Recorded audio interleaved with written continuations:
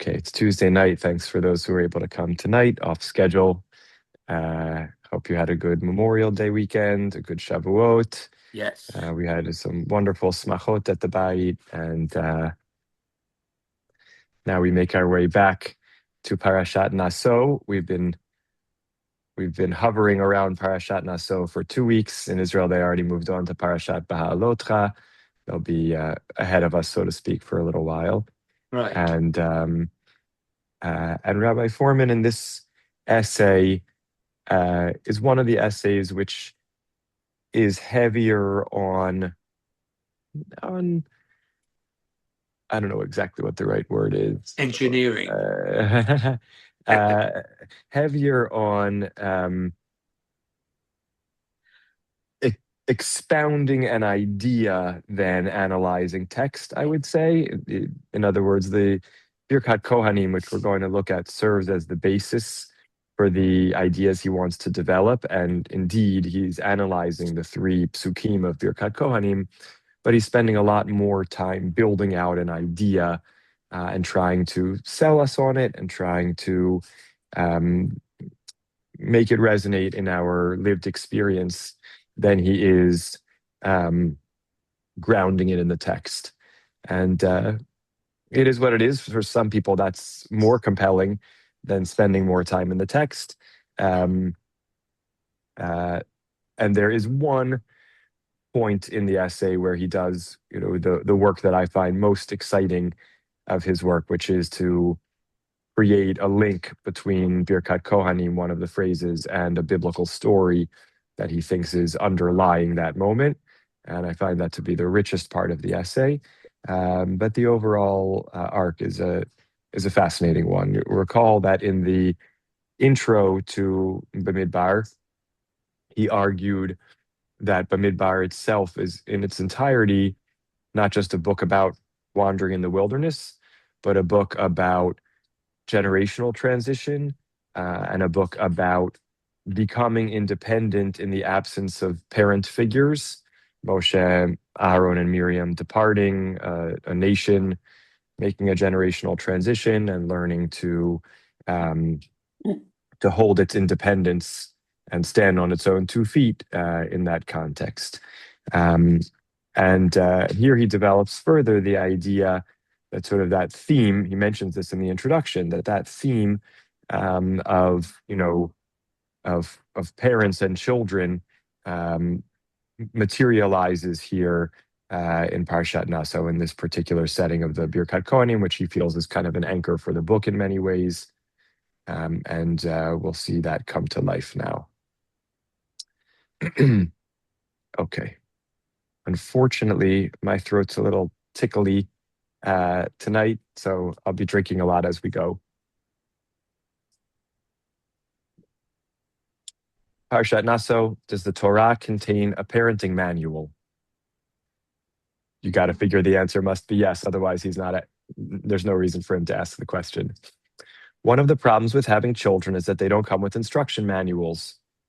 But if we intuit that the Torah is at some level a grand instruction manual for life, we might find ourselves wondering, is there an instruction manual within it for parenting, one of the great challenges of our lives?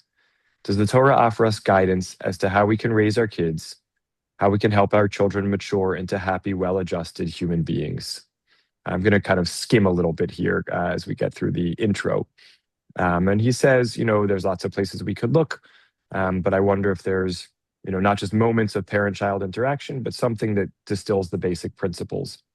And that's because parenting is so hard and demands so many diverse choices from us. And if we could get some basic principles, then we could apply those out to all the different scenarios and situations in our lives.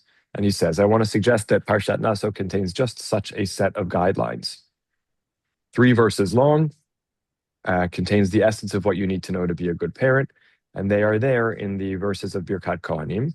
As he then says, in more recent times, many parents have adopted the custom of borrowing the words of this text to deliver their own blessing to their kids, bestowing the hopes of these 3 verses upon their children each Friday night. So the fact that this is the passage that's chosen for a blessing for children, if in fact we can interpret it as offering us guidance about how to parent children would be a beautiful connection and would certainly deepen the meaning of it as we recite it on Friday nights for those who have children at home, follow this custom, etc. And so he says, let's jump in and take a look at the text of the blessing itself, and I'll show you what I'm talking about. Here are the verses. God spoke to Moshe saying, speak to Aaron and his sons, saying, so shall you bless Bnei Israel, say to them, familiar to us, Yivarechecha Hashem v'yishmerecha, Ya'er Hashem panav elecha v'yichuneka, Yisas Shem panav elecha v'yasem lecha shalom. We'll translate them as we go, because he's going to go through them one at a time. And, he says in his usual way of kind of unpacking, journeying with the reader, like, what do these verses really mean? What's their message? We can notice that each one the priestly blessing consists of 3 verses, each containing a distinct idea. But what is actually the idea of each one? How do they differ from one another? There's 2 messages about God's face. How do these things all connect? And if we can distinguish them one from another, 1, 2, 3, what each one means, is there a connection between them? Those are the questions we want to focus on. Okay, let's start with a closer look at the opening of the priestly blessing. Yivarechecha Hashem v'yishmerecha. May God bless you and keep you. First, let's define our terms. Now I'm back to reading inside. The blessing opens with Yivarechecha, may God bless you. What exactly does that word bless really mean? Sure, it's a nice spiritual sounding word. I can close a letter with blessings to you. But what does it really mean to say that? Can we actually pin down a meaning for the word bless? This is obviously a good endeavor because we use that word a lot. So if we can understand it more concretely, that would be great. Rav Chaim of Volozhin, a principal student of the Vilna Gaon, writes about this in his classic work Nefesh HaChaim. So you can see already, we're not doing close readings inside the biblical text alone. We're resorting to other commentaries and broader philosophical works to answer this question.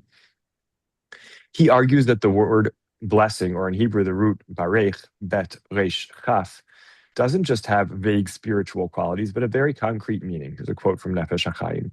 The truth is, he says, ki baruch, that the meaning of the word baruch is tosefet v'riboy, an expression of increase and expansion. As the context suggests in the verses, kachnat b'yochati, accept please my blessing, and barech et lachmecha, God will bless your food, God will bless the fruit of your womb, and many others similar to these in the Bible. In all these, it's impossible to translate the word blessing merely as an attribution of glory and a giving of praise. Rather, it is an expression of increase and expansion, right? What does it mean for your bread to be blessed? It means we want it to grow in quantity and or quality. Chaim of Volozhin suggests the word blessing conveys the idea of multiplying, of increasing something. So, for example, when the verse in Deuteronomy says, "Uverach pri vitnecha ufriad matecha," God will bless the fruit of your body and the fruit of your land. It means God will increase these things. You'll have lots of children, lots of food coming from crops. When we ask God to bless something, we're in essence asking God to increase it. When we say that God is blessed, we mean that we view God as the source of all flourishing. This idea that bracha, blessing, conveys the idea of increase emerges in a way, and here we go even a little further afield to what I would call a vort, but a beautiful vort, from the very letters that make up the Hebrew word for blessing. You may be familiar with the notion of gematria, the tradition that each letter of the Hebrew alphabet is associated with a numerical value. Aleph with 1, Bet with 2, Gimel with 3, and so on. We do a quick analysis of the numerical value of the Hebrew word for blessing. We'll notice something remarkable about its letters. The Hebrew root is composed of the letters Bet, Resh, and Chaf. It's not too hard to discern the pattern that emerges here. The numerical value of Bet is 2, of Resh is 200, of Chaf is 20. Each number is a different iteration of the number 2, the essence of growth. 2 in the ones column, 2 in the hundreds, and 2 in the tens. I never saw this before. Really a sweet idea to take with us. So this word is all about twos. Bet Resh Chaf, blessing, is all about plurality or increase. The beginning of the priestly blessing, when we ask God to bless us, we're asking God to give us the strength to grow, to increase the good we have. And here we arrive at the first great imperative of parenting. The very first, most basic thing a parent does for a child is to seek to bless them, to try to multiply their strength in whatever ways we can. We want to build up a child's physical strength, and to that end we nourish them. We want to build up their emotional strength, and so we convey affection to them. We want to build up their intellectual strength, so we educate them. We want to build up their moral strength, so we try to help them discern right from wrong. Eventually, we try to help our child develop economic strength, so we teach them a trade or a profession so they can provide for an eventual family. We seek to bless our children in a kaleidoscope of complementary ways to help them become the most whole and developed versions of themselves possible. So one fundamental job we have as parents is to help our children grow, to increase them in all sorts of ways. But that's not the only obligation we have. The need to help children flourish and develop is coupled with another equally compelling parental obligation, introduced in the very next word of the priestly blessing, Yivarechecha Hashem, v'yishmerecha. May God bless you and keep you. V'yishmerecha, from the root shamar, is a plea for God to watch over us, to guard us, to keep us safe. The second fundamental obligation of parents, the one that goes in tandem with blessing, is the need to watch over our kids, the imperative to ensure their safety and keep them from harm. We do this in all sorts of ways. We do our best to ward off threats coming their way. We buy cars with airbags. We try to keep our teens away from those who would offer them cigarettes or alcohol. We try to monitor what our youngsters are watching on their screens. And to this end, we give our kids rules to follow. Only cross at the crosswalks, look both ways, no TV on school nights, stay away from bars when you're out with your friends. We sometimes call the sum total of these rules and expectations setting limits, enforcing boundaries, or discipline, depending on your choice of nomenclature. Some of these terms carry a bit of an aftertaste. But when things go right, what makes parental rules acceptable rather than gratuitous legalities that invite a child's rebellion is that they are not random. They aren't the product of mere parental whim. It's a good reminder to parents not to set meaningless boundaries, not to just say no in order to say no, because you're too tired to say yes. They are there because we are genuinely trying to watch over our kids. We are trying to ensure they do not harm others and are not themselves harmed, that they will not degrade themselves physically, emotionally, or spiritually. This is the imperative of Yishmerecha. To some extent, and here's again where I think while we're going further afield, it's a nice sharp point that he makes, kind of not beyond the scope of the text, but developing further. To some extent, these two goals of parenting lie in tension with one another. To bless a child, to seek their growth and their flourishing in this world, is by its nature an expansive endeavor. The desire to foster growth can make limits, either the self-imposed kind or those required by society, seem like an inconvenient barrier to be navigated around, a mere nuisance that gets in the way of a child's ability to develop and express him or herself, right? So if you are really all about blessing in the sense of expanding, then shomer, protecting, seems like it hinders that. Likewise, when parents overemphasize the setting of boundaries, when they devote single-minded attention to reining in potentially problematic behavior, they run the risk of stunting a child's natural curiosity and playfulness, shutting down a kid's ability to make and learn from mistakes, right? If you're too focused on shomer, protecting, then you don't leave room for barech, for growth. A parent needs to seek a careful balance between the energies of Yivarechecha and V'yishmerecha, blessing their child on the one hand and watching over them on the other. We must seek to do both at once, even though to do so, we must simultaneously pull in opposite directions. Okay, so he's interpreted Yivarechecha and Yishmerecha. Now he's going to suggest that there's actually an overarching theme or idea that they share, so that they're not actually, while they're in tension with one another, they're both expressions of the same core notion.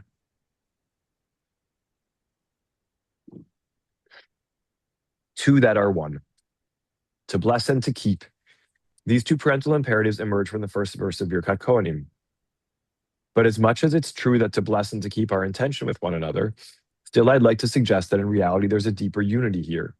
That this first verse of Birkat Kohanim isn't really talking about two imperatives, but two aspects of the same imperative. To see how, consider this little thought experiment. When in our child's life would you say these two parental imperatives first become operative? When do we first begin to help our kids grow on the one hand and keep them from harm on the other? I don't think it's coincidental that we start doing these two things at one and the same moment in time. And no, I'm not actually talking about the moment of birth. A parent starts to safeguard a child and help them grow in the womb. Yes, we provide safe spaces for our children and seek to help them flourish throughout their lives. But these obligations have their genesis, a good choice of words, in the seamless and wondrous functioning of the womb. The womb nurtures the developing fetus and physically fosters its growth. That's barech. And it also simultaneously provides a sanctuary of sorts, a safe place in which a child can grow. That's shamar. So if these two imperatives of yivarechecha and v'yishmerecha are really two aspects of the same thing, what is that larger category? What would we call it? I'd argue that there's a single Hebrew word that perfectly captures these two obligations to bless and to guard. Lerachem, to be compassionate. Many of us tend to think about compassion uncritically, as if it is just a warm, fuzzy-wuzzy feeling. But it actually has two building blocks, two subcategories. One thing compassion leads me to do is nurture someone to help them grow. But the other thing compassion leads me to do is to guard them from harm. And guess what?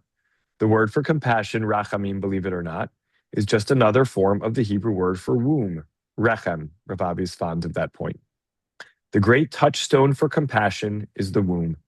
The French Jewish literary critic and philosopher Emmanuel Levinas suggests that we humans actually learn the idea of compassion from the womb, which is to say, compassion begins in the human being as a natural physical process, as something our bodies automatically do, and then our instincts and eventually our conscious minds pick up the trail from there. The type of womb-like love we call compassion lies at the ground floor of parenting. It's the most essential and foundational building block available to us in raising our kids. But it is not the sum total of parenting. We can and must build upon it. There are still two other key aspects of our job as parents. And these, I would argue, find expression in Birkat Kohanim's next two verses. Let's endeavor to discover what they are. And as always, by the way, almost whenever I speak about parents and children, I remind myself that this need not speak specifically to biological children that we ourselves may or may not have. It has to do with anyone who is in our sphere of influence, care, etc. So there are many relationships that, to which this description, I think, can speak. Okay, let's endeavor to discover what the other two jobs are. The second verse in Birkat Kohanim reads, so we did Yivarecha Hashem v'yishmerecha. We said that was enabled to increase and expand and simultaneously protect in the right balance, and that both of those things are an expression of l'rachem, to have compassion, and that's linked to the notion of rechem, of womb. Next, Ya'er Hashem panav elecha v'chuneka. Second part of the priestly blessing introduces us to a close cousin of rachamim, a different flavor, as it were, of parental love. The verse describes this kind of love as chen, a word that is often translated as grace. Now, of course, we just noticed that in the sharpest sense of parallelism, we might have expected, vichuneka is the second verb in this sentence. The previous sentence we started with yivarechecha, then yishmerecha. Now we're starting with vichuneka, but I think what he would argue is yivarechecha Hashem yishmerecha combined to be the concept of rachamim. Now vichuneka is going to be a counterpart, and now we'll have to see how he fits in Ya'er Hashem panav elecha. So again, the structure is not exactly parallel yet, but still we're going with it. What exactly is chen? This grace-like quality that the Kohanim ask God to bestow upon us.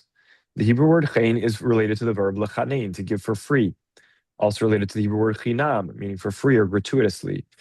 Chen, or its English equivalent grace, is completely undeserved love, what we might call unconditional love. We might not immediately perceive how the love of chen is different from the love of rachamim. Both seem undeserved. After all, it's not as though a fetus ever did anything to deserve being born, to deserve the womb lavishing care upon it. But still in all, there's a difference. With rachamim, I bestow care in order to attain a goal. I'm trying to build you up. I'm trying to foster your growth. The womb bestows its compassion, its nurture and protectiveness because it perceives potential in the newly conceived zygote, and it is trying to nurture that potential. I don't know exactly how evolutionary, biologically, one can defend that idea. He seems to be imputing almost will in some way to these biological processes, and I don't know exactly how one can prove or disprove that argument. But again, there's a driving force in the nurturing and protecting. Because rachamim is goal-oriented love, it is not truly unconditional. Okay, again, a claim which could be argued on. Chen, on the other hand, is unconditional. It's love that has no goal. It's love because you are my child and I can't help but smile when I look at you. Chen is the kind of love that every father and mother knows when their eyes meet the eyes of their newborn child and their whole face lights up. The child hasn't done anything to deserve the parent's love and appreciation. They're just being themselves, but that's enough to foster a parent's delight. This metaphor, by the way, a parent gazing on a child with simple, unmitigated delight, isn't just a random metaphor for chen.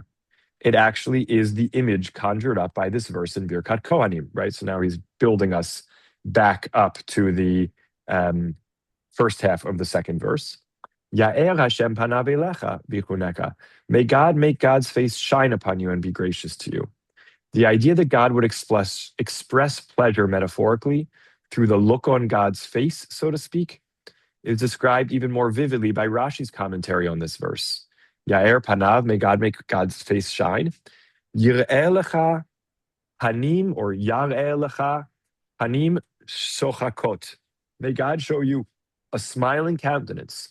Panim tsehubot, a beaming countenance, right? From tsahov, meaning almost like golden, a radiant face.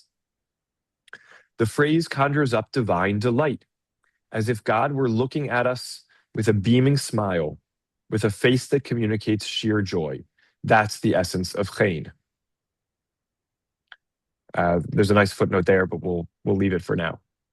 I suggested earlier that the first stage of parenting, expressed in the first verse in Birkat Kohanim, correlates naturally with a particular moment in a child's development. Fostering a child's growth and keeping them safe is the energy of the womb. If we extend this little thought experiment, we might ask, what about the second verse of Birkat Kohanim? What stage, if any, in a child's development is most obviously ripe for a parent to feel themselves suffused with chen, again, that's unconditional love, toward their child? Here I'd argue that the answer is the next stage after the womb, namely birth. The paradigmatic moment of chen, we might conjecture, is right after birth, the moment when the parent holds their new child, looks down upon the infant, meets their eyes, and can't help but smile. That's unconditional love right there. It is at this moment that chen instinctively enters into parents' emotional vocabulary and becomes a feature of how they relate to their child. Hopefully, chen continues to flourish as the child grows. Once we look at the paradigmatic moment of chen as the moment of birth, the moment that immediately follows the care bestowed by the womb, we get a hint as to what drives chen, what helps it emerge. For we might well ask, if chen is really unconditional, does it just emerge spontaneously out of thin air? The answer to that is an emphatic no. Chen does come from somewhere. If rachamim emerges from a focus on the future, from the potential that I might nourish in you by virtue of the care I bestow upon you, then chen emerges naturally from the past, from the rachamim I've already invested in you. Again, here he's building a conceptual framework here that's loosely connected to the text. Consider the feeling of chen that floods a parent in the moments after birth. If we had to take it apart, it might feel something like this. Here you are, this child of mine. I built you up. I safeguarded you 9 months in the womb. Here you finally are, and I can't help but smile. What we are beginning to see is that each stage of parenting actually builds on the stage before it. Rachamim, nurturing a child and keeping them safe over time, is a real emotional investment in a child and makes chen possible. We parents are meant to build on the experience of investing in our child, of bestowing rachamim upon them, by introducing a new and powerful kind of love into our relationship with our kids, the particular love of chen. The power of chen, I would submit, is somewhat ironic in nature. For chen, this unconditional love, epitomized by the joyful gaze of a parent toward his or her child, is the greatest nourishment a child's soul can ever get. That's ironic because chen is not intended to nourish. It isn't intended to do anything at all. It just is. Joy is joy, and that's all that can be said about it. Nevertheless, unconditional love powerfully fuels a child's growth, even more probably than love that is carefully calculated to nourish. It's chen that a child really lives on. Once you have bestowed rachamim, once you've cared for your child, safeguarded them, invested in them, built them up, you are in a position to also feel chen. And if and when you do, you add a powerful note of harmony to the care, sustenance, and protection, the rachamim, that you continue to provide for your child. Your love is multifaceted now. You are a purveyor of both rachamim, again, that's growth-oriented nourishment and protection, and chen, unconditional, love based on the investment of the past. The ties that bind. Before proceeding to consider the third verse of Birkat Kohanim, let me pause to reconsider a question I first posed to you at the beginning of this essay. I wondered whether somehow the Torah might help us wrap our minds around the entirety of parenting, whether it might help us define some overarching activity we engage in when we raise our kids. I think that by now, having looked at the first two verses of Birkat Kohanim, we're getting a feel for this.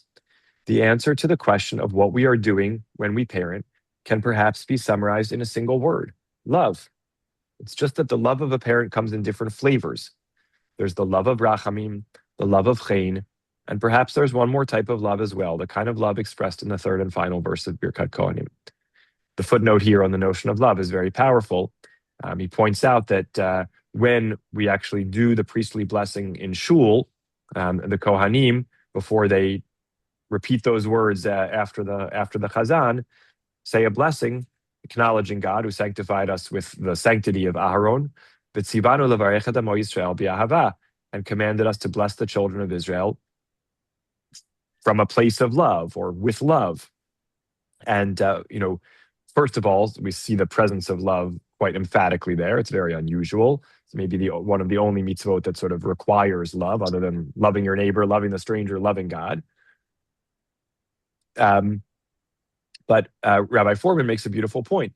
He says, what does that ending phrase, bi'ahava, with love, mean?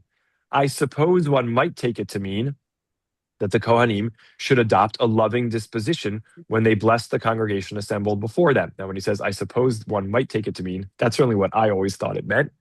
But he's building up to a novel read, he says, and that's certainly possible. But another way to read these words is far more intriguing.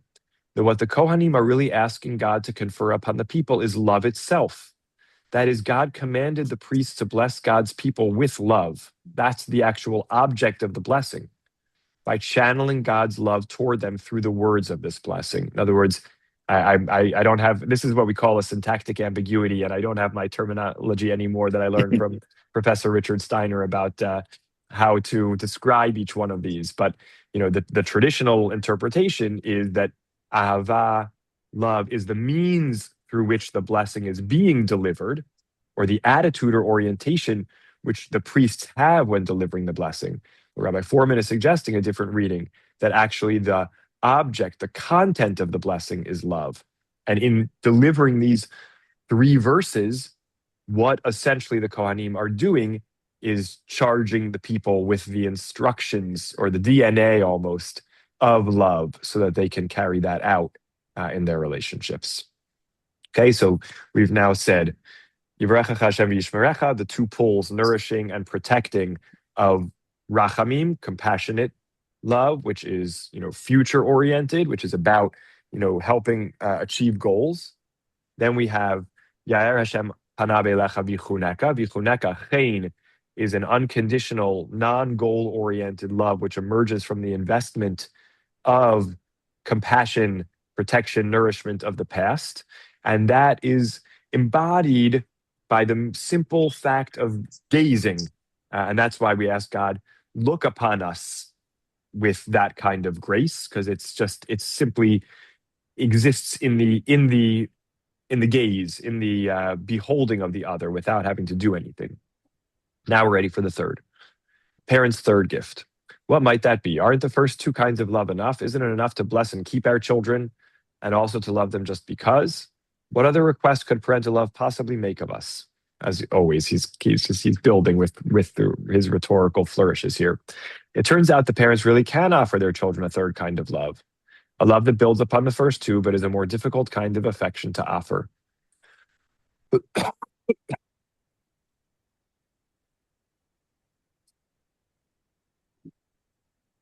It is described pithily in these final words of Birkat Kohanim. Yisah Hashem panav elecha v'yasem lecha shalom. May God lift up God's face towards you and give you peace. The third kind of love is all about granting a child shalom, peace. And somehow the mechanism for doing this is lifting up your face, right? Not shining your face like the previous one, lifting up your face towards the child. Let's explore what that could possibly mean. Yaakov and Esav. An important hint comes from the fact that the expression to lift up one's face to someone else didn't originate in the book of Numbers, in the words of Birkat Kohanim. The phrase appears all the way back in the book of Genesis too. As a matter of fact, it may well be that Birkat Kohanim is intentionally quoting that earlier phrase in Genesis, intending the reader to immediately sense the resonance and understand from that intuitively what this last kind of love is really all about. Let's take a moment to explore this earlier occurrence in Genesis. It appears in the story of Yaakov and Esav. Immediately after Yaakov deceives his father Yitzchak and receives the blessing that was meant for Esav, the children's mother, Rivka, chooses to send Yaakov away to her brother Lavan.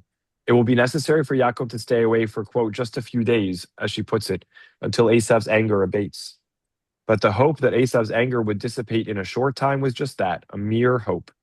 The depth and staying power of Esav's rage becomes clear 2 decades later, when Yaakov finally leaves the house of Laban, only to hear news that Esav is coming to meet him with 400 men. Now, this is, of course, being read through the lens of how Yaakov perceives it. I don't think we have to assume that Esav was still angry and it's only this moment of encounter that appeases him. Maybe he did actually get over his anger a long time ago and he was coming with his retinue to greet and welcome Yaakov, and Yaakov didn't have to stay away so long. That's a topic for a different conversation. Yaakov immediately sends messengers Esav's way laden with gifts. Pasuk says in Genesis chapter 32, the beginning of Parshat Vayishlach,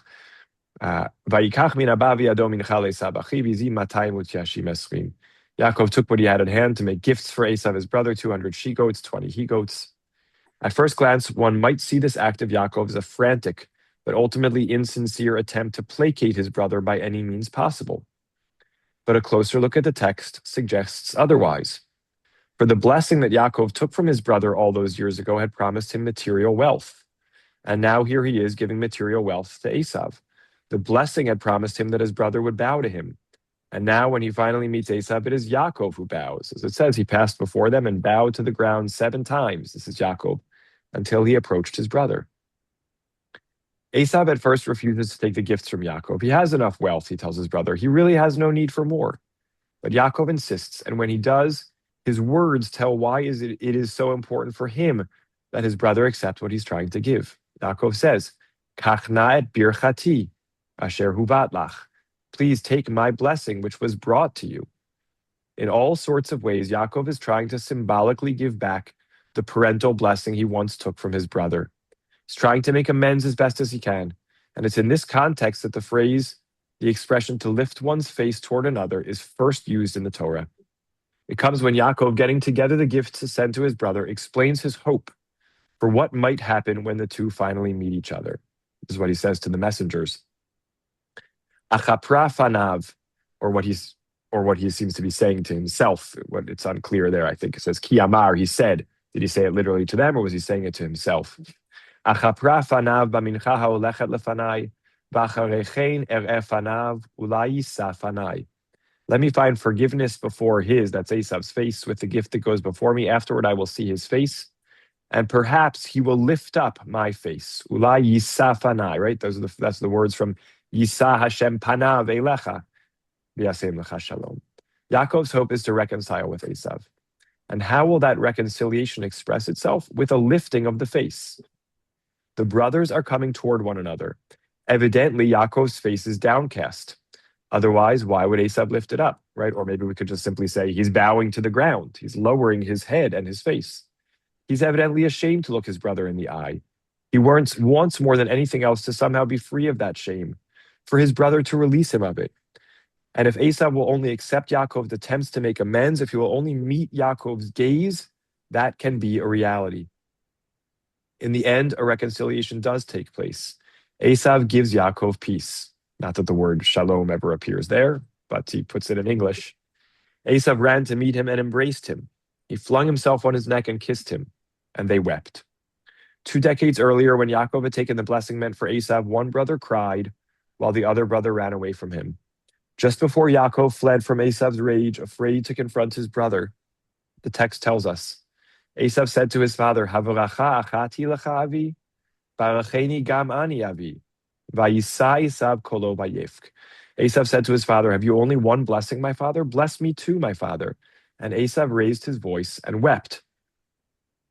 But that was then, and this is now. Then Yaakov ran away from his brother. Now Yaakov approaches him. Then only one brother cried. There was a winner and there was a loser. Now both brothers cry, as the reality of peace between them, so unimaginable for so long, finally washes over them. Birkat Kohanim seems to hark back to this moment of reconciliation between two estranged brothers and suggest the hope that God too might lift God's face toward us, that God too might grant us peace. Right now he repeats the verse, Yisa Hashem Panav, that's God lifting up God's face, right, offering reconciliation to you, v'yasem lecha shalom, and give you peace. We human beings aren't perfect. We sin. We occasionally, even regularly, fail to meet the expectations and hopes of our parent in heaven. The blessing that the Torah teaches us to ask of God is this: God, when we make choices, and those choices are not perhaps those you would have wanted us to make, allow us the chance to reconcile with you. Don't keep us in a state of shame forever. Meet our eyes, and in doing so, grant us peace. In the words of Rashi, Yisa Hashem panav elecha, God, may God lift God's face to you. Yichbosh ka'aso, may God sublimate God's anger. And if so, if Birkat Kohanim is really a parenting manual, if we are to emulate God and how God parents God's earthly children, then we too are bidden to do the same. When our children disappoint us, even fail us, when we have words with them, at the end of that discussion, we will have a choice to make. Will we lift our face up to our children? Will we allow our eyes to meet theirs?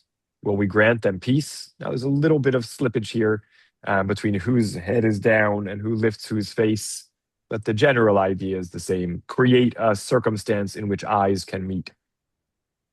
Meeting the eyes of our children in circumstances such as this is the third great gift of love we should grant our kids. It conveys the message that even when they choose differently from us, even when they disappoint us, even when they make grievous mistakes that cause us pain, there is a way back, and our relationship with them can somehow withstand the ordeal.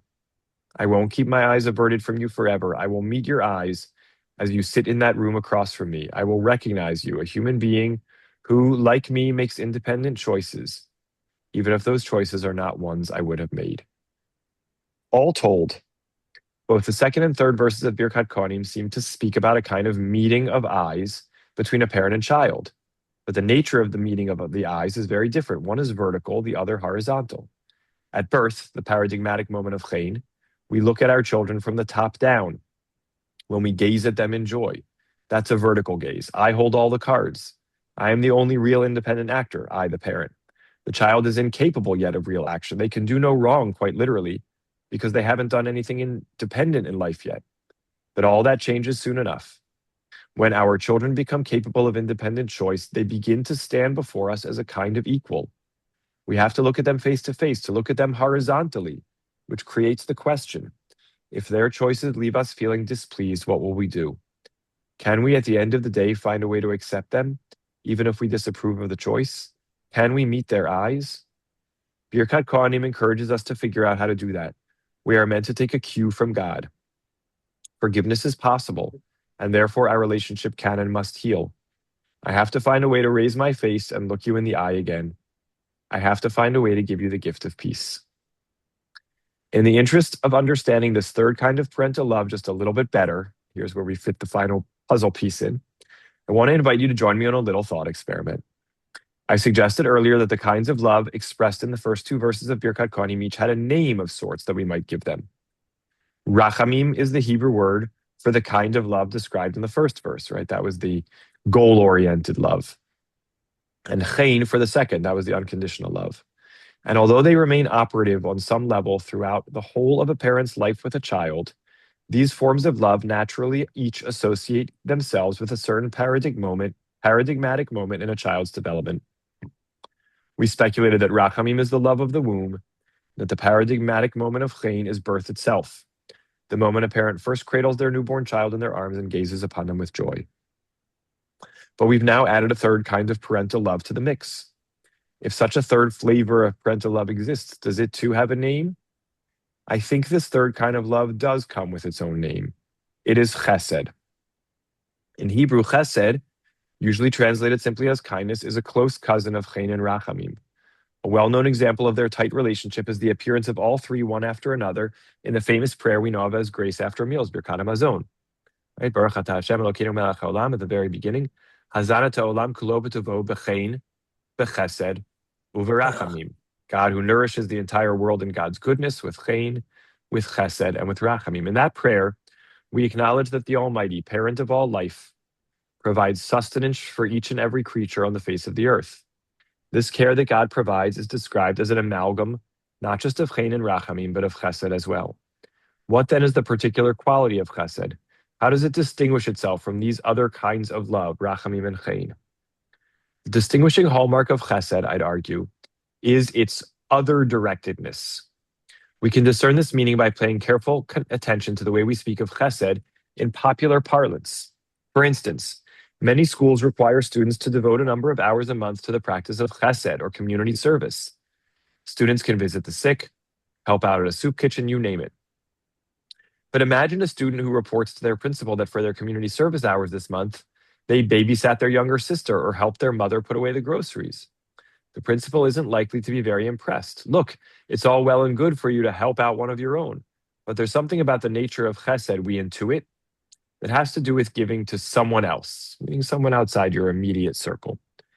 Taking that idea into a parenting context, by the way, I'm not sure that this carries through biblically, right? It's interesting here that he says, let me just define chesed by using popular parlance. Biblically, it seems to me on a first thought that chesed is used certainly for family actions of kindness within a family, without a doubt. But we'll put that on the side for now.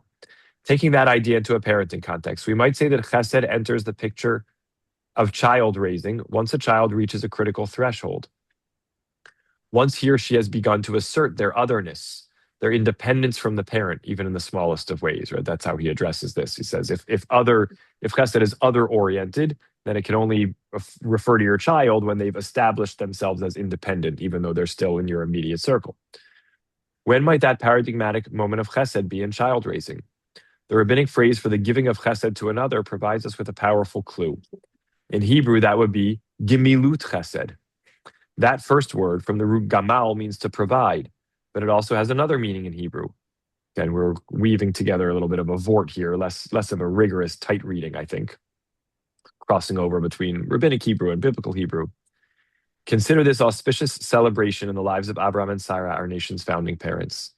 Vayigdal hayeled vayigamal, vayas Abraham umishte gadol biyom higamel et Yitzchak. The child grew up and was weaned, and Abraham held a great fast on the day that Isaac was weaned. Fascinating. Although gemilut chesed colloquially means providing chesed, its more literal meaning might be the giving of weaned kindness. The moment that a child is weaned is the moment they achieve their first measure of independence from a parent. No longer are they forced to derive their sustenance directly from their parent's body when their parent chooses to provide it. Now they look to the world at large for their food. Now they begin to eat on their own terms. It may seem like only a baby step, but in this first little way, the child begins to take on the world on their own. The giving of chesed, kindness, to an inherently independent being is very different from providing the love of rachamim, the nurturing care of the womb, or even the unconditional and overflowing joy of chen. This third kind of love comes with a consciousness of and an attention to boundaries. This is a balancing act, and it is tricky. I must give what I can while still respecting the child's budding and developing separateness from me.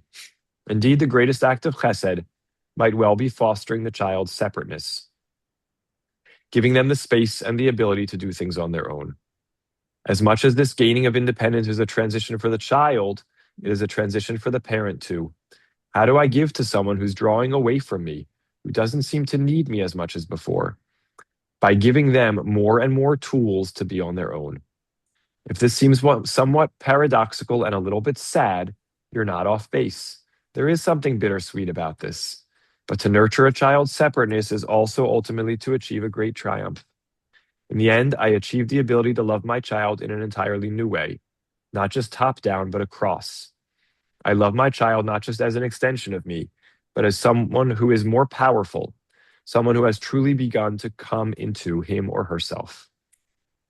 Birkat Kohanim, I would posit, we're almost at the end, suggests to us that the great test of parental chesed comes in moments of crisis, when a child hasn't just gracefully separated from us, but has done so more messily, when they've made mistakes along the way, even rebelled against us. What do we do then?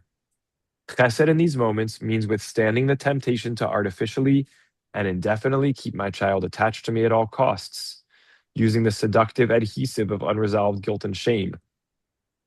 It means figuring out a way, after all of the words have been said, to meet the eyes of my child in peace.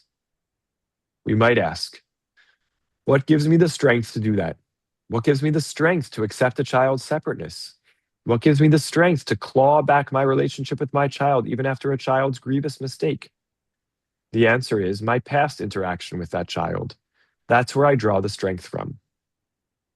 And here is where we can see just how cumulative the three phrases of parental love really are. Right at the outset, he said, how do we distinguish the three phrases and make sense of them on their own?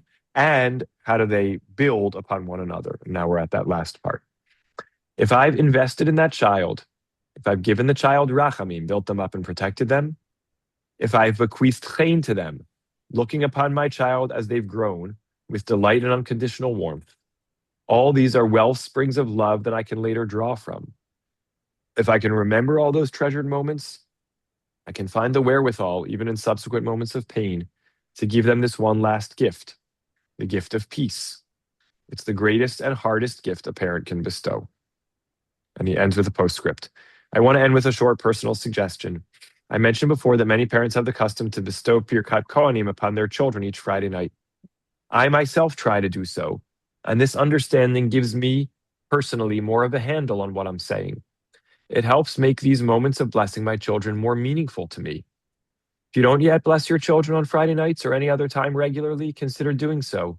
Consider using these precious words of Birkat Kohanim as your prepared text, as it were. Generally speaking, children love the experience. They're so delighted to be blessed by their parents. And maybe try this. As your child comes over to you, use those few moments before you bless them to think about the three kinds of parental love expressed by Birkat Kohanim. Then ask yourself, at this moment, which one of these kinds of love does this particular child seem to need from me the most? Do they need to be built up? Do they need to be guarded and kept from harm, right? The Yivarechecha and the Yishmerecha, the first part of Rachamim. Maybe they need the smile that says, I'm just so delighted to spend time with them. Maybe they need to see more chen from me. Or maybe they need peace from me, the third. Maybe they need me to pick up their chin, to look them in the eye and to tell them that even in the hard times, I can go forward with them in love and respect. Finding a way to love my child with some mysterious but wonderful confluence of all three kinds of love, at least for me, makes the endeavor of parenting my children feel more whole. Wow. So a very rich analysis and resonant for those of us who have parent or parents type relationships in our lives. I think resonant, and I do feel gives us something to take with us as we think about this bracha. Any questions or comments before we wrap up? All right. Yeah. Dad? Oh, Yeah, I was just thinking about duchening. Yes. My understanding is, from what I heard, if a Kohen is duchening and there is a member of the congregation that he hates, he shouldn't duchen. Yeah, He doesn't I believe have that's correct. the love to allow him to duchen.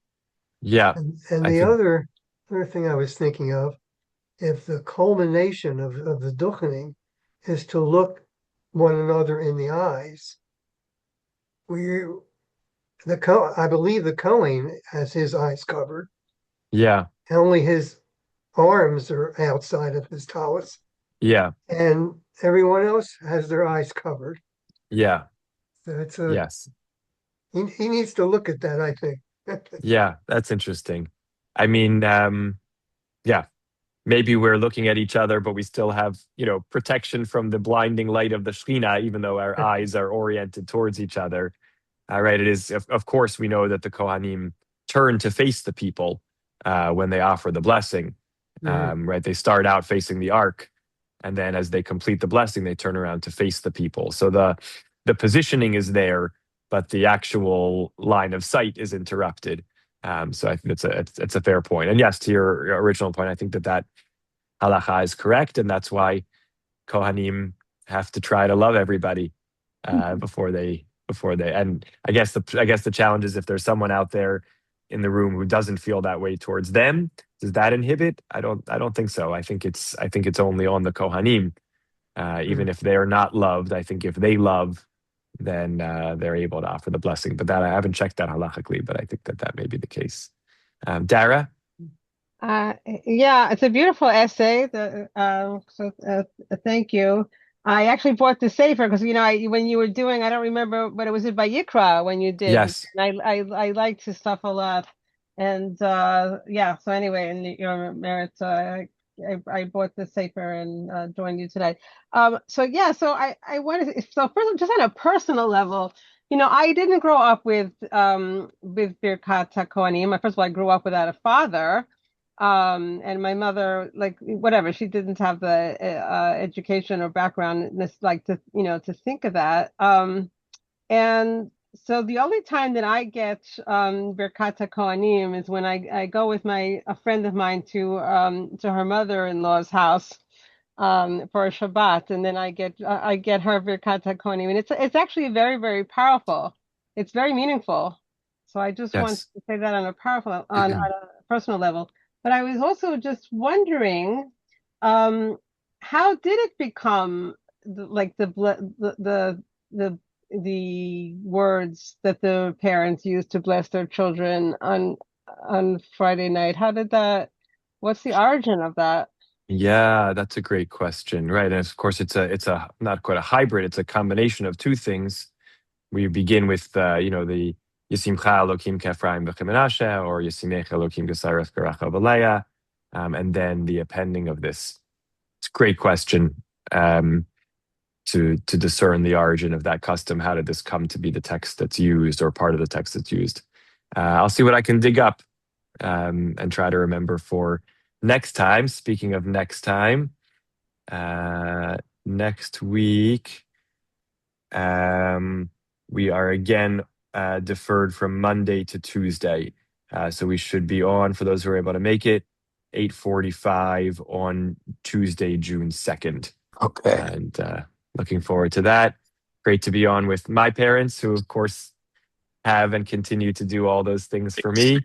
So thank you, guys. And just wishing everybody a great rest of the week. And as we hopefully all who are able to hear the Parsha, whether in shul or at some other venue, as we hear these words, they have added meaning for us. Yeah, Debbie, quick last word. Quick question. I have developed the custom that when my kids are traveling to Israel, or when I visit any family that's, grandchildren or children that live far away, I bench them with this when we part. Yeah. Not only Friday night, but whenever it is. It's an airport ritual. Yeah, beautiful.